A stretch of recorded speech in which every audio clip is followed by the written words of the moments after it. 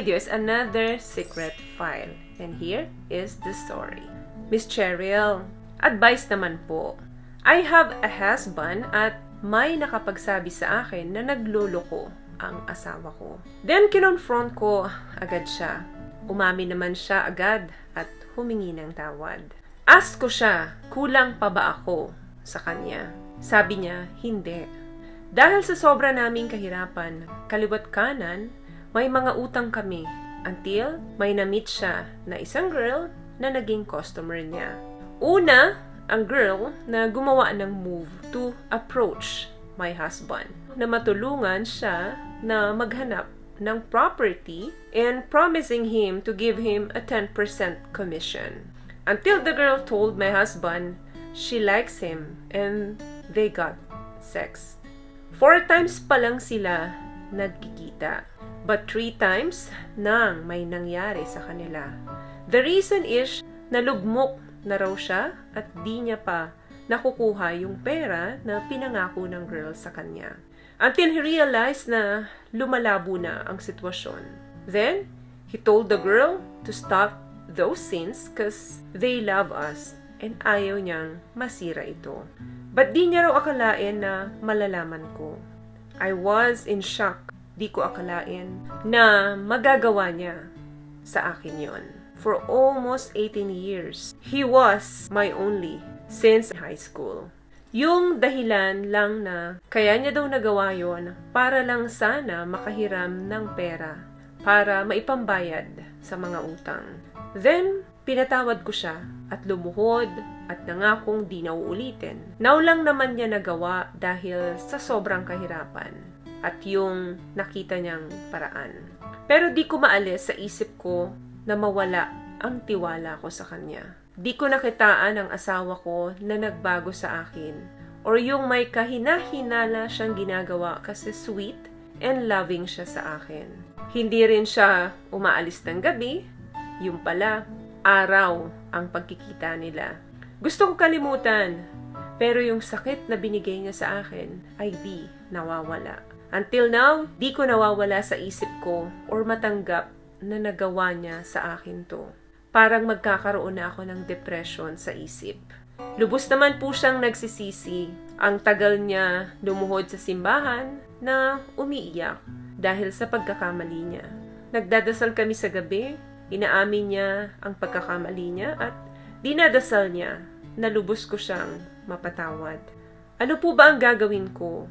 Walang nagbago sa amin, pero di ako mapalagay sa tuwing umaalis siya. Lalo na kapag araw, dahil araw niya nagawa iyon. Hi! Kumusta ka, sender? Nararamdaman ko sa'yo na nandun pa rin yung trauma. Nakatatak na ito sa isip mo kaya mahirap na itong mawala. Pero, posibleng magbago sa tulong niya rin. Kailangan na dalawa kayong nagtutulungan dito. Maraming pangunawa at pasensya ang kinakailangan yung ipuhunan dito para mapagdesisyonan nyo kung ano ang nararapat sa sitwasyon na to. I advise na mag-take time ka na gumaling. Hindi ito madali. Ito ay isang mahabang proseso at masakit ang prosesong ito. Lahat ng nararamdaman mo ngayon ay valid. Yung kawalan ng tiwala sa kanya, yung pag-alis niya tuwing umaga, natatakot ka na baka yung mga oras na yon doon niya gawin, lahat yan ay valid. Yan ay pinagsamang takot sa dibdib mo at sakit dun sa ginawa niya. Hindi madaling makalimot, lalo na kung ang taong gumawa sa'yo nito ay yung taong pinagkatiwalaan mo ng kalahati ng buhay mo. Para kang patay na buhay. Buti pa nga ang totoong patay. Wala na siyang nararamdaman. Pero ikaw, araw-araw para kang nasusunog dahil dun sa sakit na naramdaman mo. Hindi masamang magpatawad. Yun nga ang dapat. Pero mahabang proseso ito. At hindi lahat ng couple kayang lagpasan ito. Maraming bumibitaw, pero meron din namang sumusugal pa uli sa pangalawang pagkakataon. Walang imposible na mapagtagumpayan nyo ito, lalo na kung pareho kayong willing na ayusin ito. Kailangan mo lang tanggapin. Nangyari na ang lahat ng ito at hindi na maibabalik pa. Nandun na yung bakas ng pagkakamali. Kindness is free. huwag mong kakalimutan. Sa kwento mo, mabuting tao ang asawa mo, pero hindi nga lang siya perfect. Wala namang perpekto sa mundong ito. Only ang nasa taas ang perpekto. Malaki ang pagkakamali niya sa iyo at sa Diyos dahil nagpadala siya sa bugso ng damdamin niya. Hindi excuse ang kahinaan niya na makagawa ng 3 beses na pagkakamali sa iyo. Pero wag mong kalimutan na lahat tayo ay may kahinaan.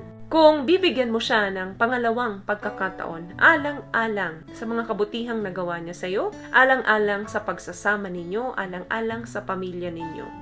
Gawin mo yan, pero kailangan mong kalimutan ang nakaraan. Kasi kapag paulit-ulit mong piniplay sa utak mo yan, paulit-ulit din ang sakit na mararamdaman mo at hindi ka makaka-move on sa mga sitwasyon na to. Kaya kinakailangan na tibayan mo pa ng gusto ang pagkapit sa Panginoon. Kung ano ang purpose kung bakit nangyari sa inyo to. Baka ito ay isang senyales lamang na kailangan pa ninyong pagtibayin pa ang relasyon ninyo. Kaya minsan nangyayari talaga ang mga ganito. Bigyan mo siya ng ultimatum na ito na ang una at huli na mangyayari ito. Sa susunod na maulit pa ito, hindi na kinakailangan na mag-usap pa kayo dahil alam niya na ang mangyayari.